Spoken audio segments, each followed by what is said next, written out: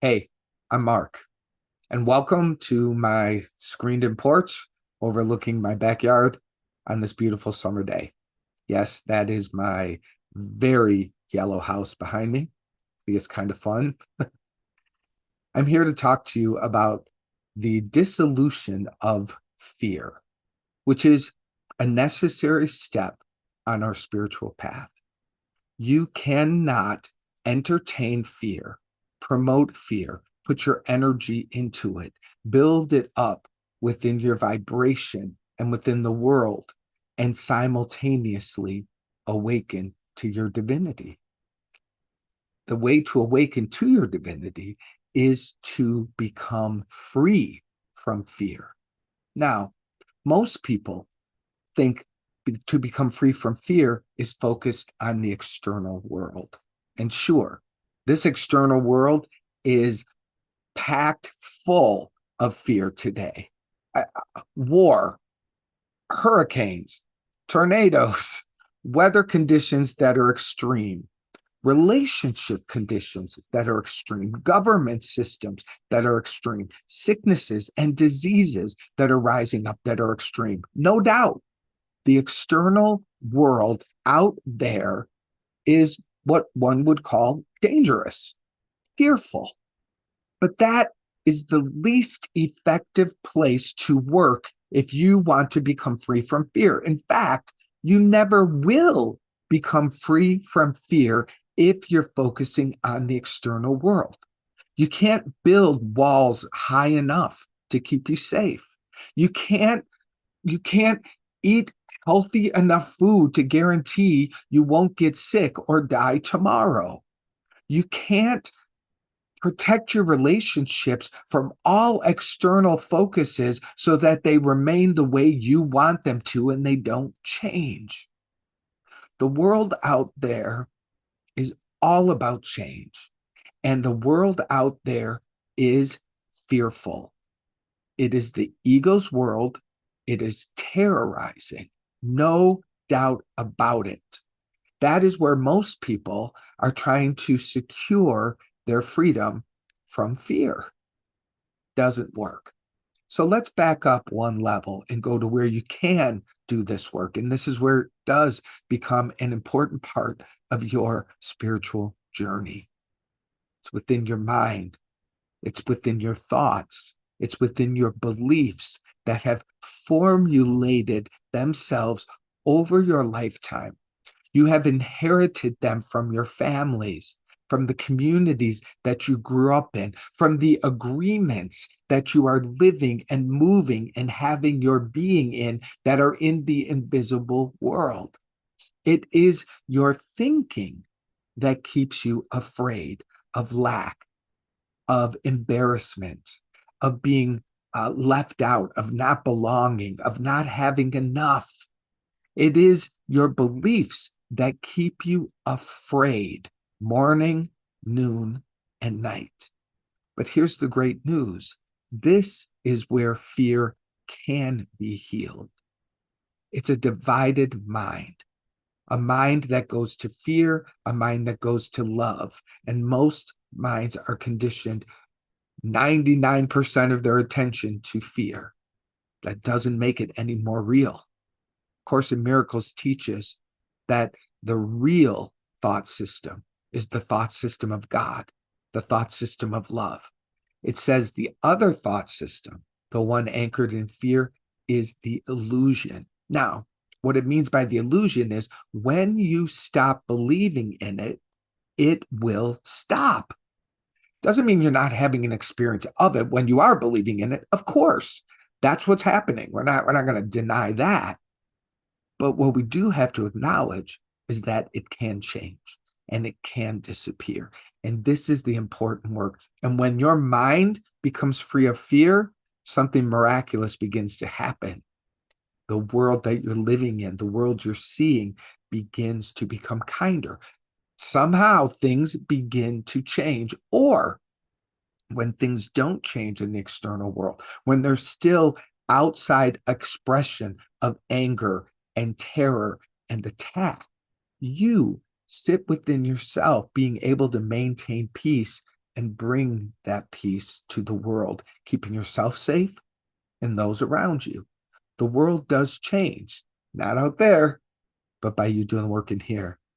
But there's an even deeper fear that I also want to address, and this is the fear of God.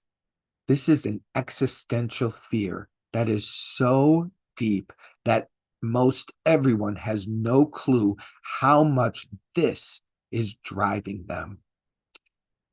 Inherent in humanity is this belief that we're separate from God. And we speak the words, yes, I'm one with God. Yes, God is within me. Yes, God is all around me. But don't kid yourself. If you're afraid because underneath that, there is this deeper fear of God itself, this fear of God's punishment, this fear of God's retribution, of God's dislike and refusal of you for something you've done, something you've thought, or because you have done something to God. You see, people don't know this, but inside is the belief that you have done something to God because you are the one who believes you're separate from God. You are the one who has placed your attention on a separate identity. This isn't a conscious move that you made. This is what humanity has done. This is what we do in this dimension of existence. We create a separate self from God. And inside of that separation, which actually isn't real, God holds no concern about this because God is never separate from you. You just think you are. And inside of that gap is fear, terror that you will be punished, terror that you will be dissolved, annihilated by God. You know, in our myths, we have the story of being sent to hell. That's the same idea. That idea speaks to this terror. That terror is what's driving us to believe we're separate, causing us to have these horrible thoughts about inadequacy. And those thoughts cause us to co-create a violent, angry, scary world. So, just as important as purifying your mind and healing your mind from the fear, which can be done, is to take that deeper dive and to become free of the existential fear that you are separate from God, that you are guilty, that you have done something wrong, that God punishes, that God could do something other than love you. This is what must be dissolved. This is what is in the way of you having a deeply fulfilling spiritual life. This is what's in the way of you having a personal relationship with your divine. Freedom from this existential fear, freedom from the fearful thoughts in your mind and in your belief system is everything. That's what I do. I help people become free from those thoughts, from those beliefs, from the existential fear of God. And here's the cool thing. Here's the amazing thing that happens. When you've done that, the external world becomes safe and beautiful to you. The world can be screaming in terror and at war, and you will be sitting in this inherent, God-given spiritual peace and calmness that keeps you protected in the world. There's a great story that I love about Byron Katie. It says that she was walking down the streets in Atlanta, and while she's walking, a young man, comes up and puts a gun to her head. Without her blood pressure going up, without one concern within her, she looks at him and she goes, "Oh, sweetheart, you don't want to do that to yourself." So much love came out of her. She wasn't attached to her body. She didn't care. She knows she's not her body. She had no thoughts that she was unworthy or other than anybody else. Those didn't exist in her. She had no disconnection from God. So when she spoke those words, instantly the person relaxed and the person surrendered the attack. This gift to stand in the face of attack and watch it dissolve is what you have. Every one of us has this gift, but we must do the work to uncover it and practice living from it.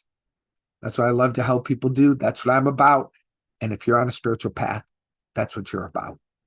Let me know your thoughts about this topic. I'm really interested. Feel free to leave a comment. And hey, be kind. I don't mind debate. I don't mind thoughts that are different from mine, but I'm not going to play attack thoughts on my channel. Please avoid that. Share with me what's in your heart. Peace and love.